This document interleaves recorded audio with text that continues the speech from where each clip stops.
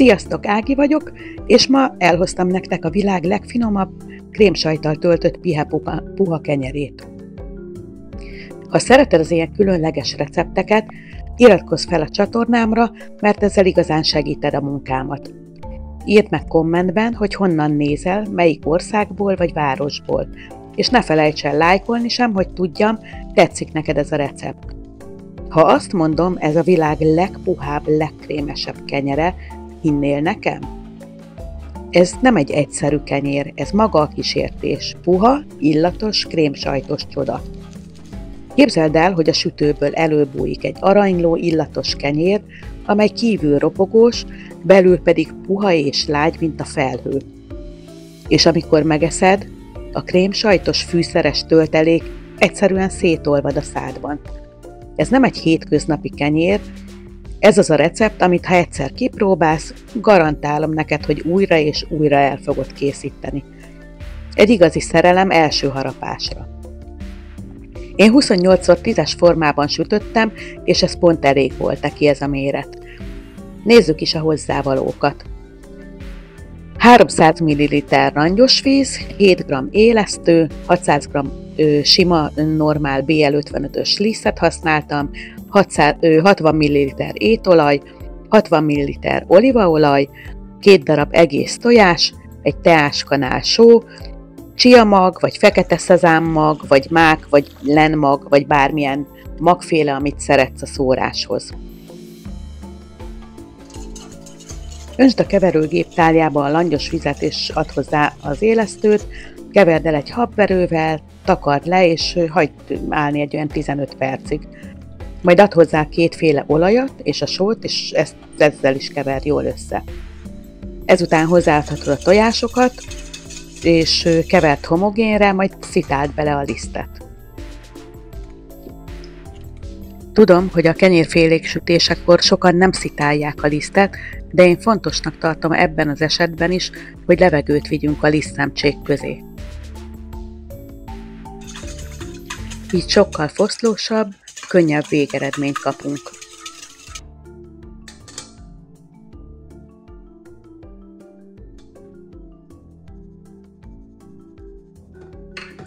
Én a robotgépben körülbelül 10 percig dagasztottam alacsony fokozaton, nem a legalacsonyabban, de a közepestől alacsonyabb fokozaton, míg szép, sima és fényes tésztát kaptam. Dagaszthatott persze kézzel is, akkor egy kicsit munkásabb, de én még utána átgyúrtam kézzel egy kicsit a tésztát.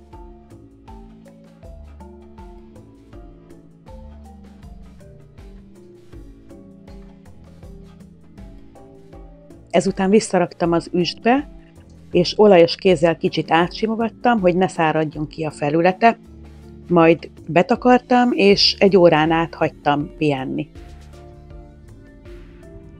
Ez idő alatt elkészítettem a tölteléket a következő hozzávalókkal. 200 g krémsajt, 100 g vaj, egy teáskanál fokhagymagranulátum, egy teáskanál vöröshagymagranulátum, egy teáskanál petrezselyem és fél teáskanál bors.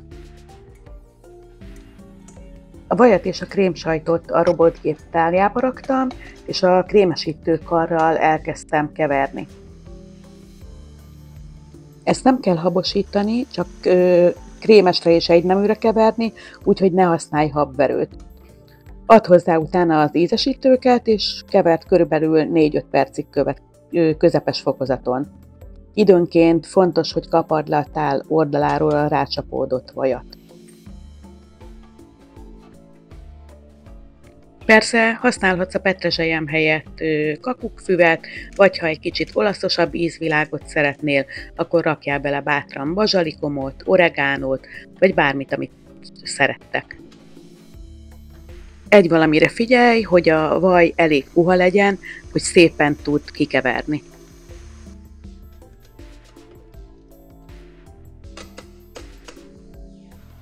Közben megkelt a tészta is, egy kicsit gyúrd át tisztezett felületen, majd nyújtsd ki kisújnyi vastagra, a hossza körülbelül 45 cm legyen.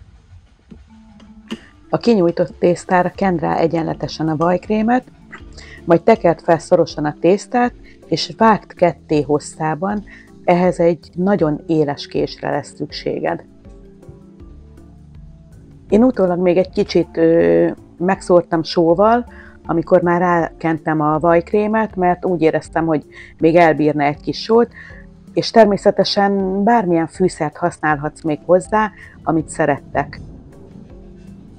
Miután rákented a sajtkrémet, szórhatsz rá akár apróra vágott kolbászdarabkákat, békönkockákat, vagy akár pirított diódarabokat, amiket durvára vágsz, lehet földi mogyorót is, apróra vágva, úgyhogy ebbe tulajdonképpen bármi belefér, amit szerettek.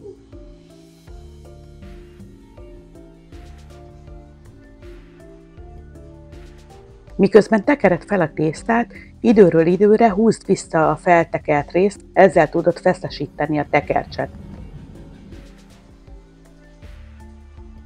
Az én késem elég éles volt, mégis úgy döntöttem, hogy többszöri részletben vágom át teljesen, azért mert nem akartam, hogy a tészta összehúzódjon.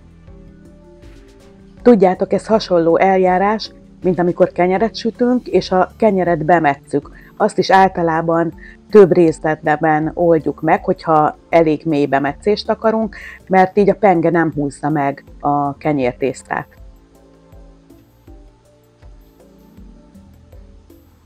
Ezután felül a két tésztadarabot összefogtam, egymáshoz ragasztottam, majd egyszerűen összetekertem a két tésztaszárat egymással.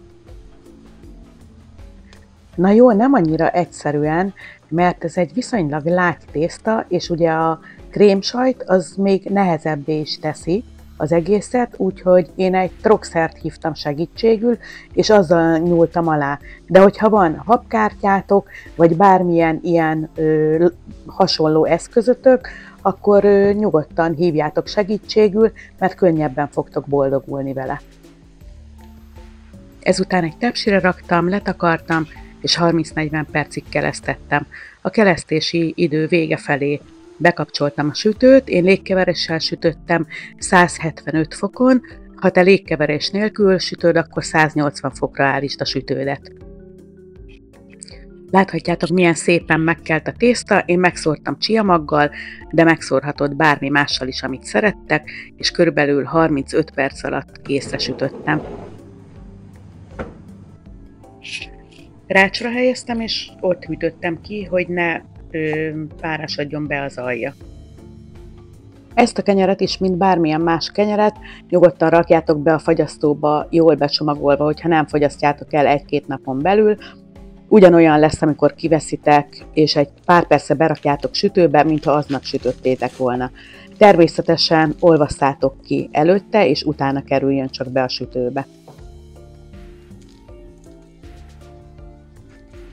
Ha kipróbálod ezt a pihe-puha krémsajtos kenyeret, biztos vagyok benne, hogy nálad is gyorsan kedvenc lesz. Ha tetszett a recept, dobj egy lájkot, mert nagyon sokat jelent nekem. Írd meg kommentben, honnan nézed és hogy sikerült. Örülök, ha visszajelzést kapok tőletek. És ha még nem tetted, iratkozz fel, hogy ne maradj le a következő finomságról sem. Köszönöm, hogy velem tartottál, keverd velem legközelebb is.